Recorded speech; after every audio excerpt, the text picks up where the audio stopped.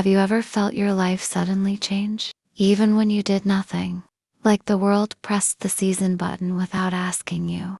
I stood on the same land, same sky, but it didn't feel like the same day. Yesterday burned, the ground cracked. Today, cold wind arrived without warning. Leaves fell like late decisions.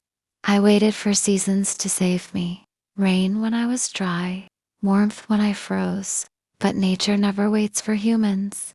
It just moves. Slowly, surely. Then I realized, Earth doesn't change seasons because it's cruel. It changes because it's tilted. And inside me, there was the same tilt. Not storms, just small choices I kept ignoring.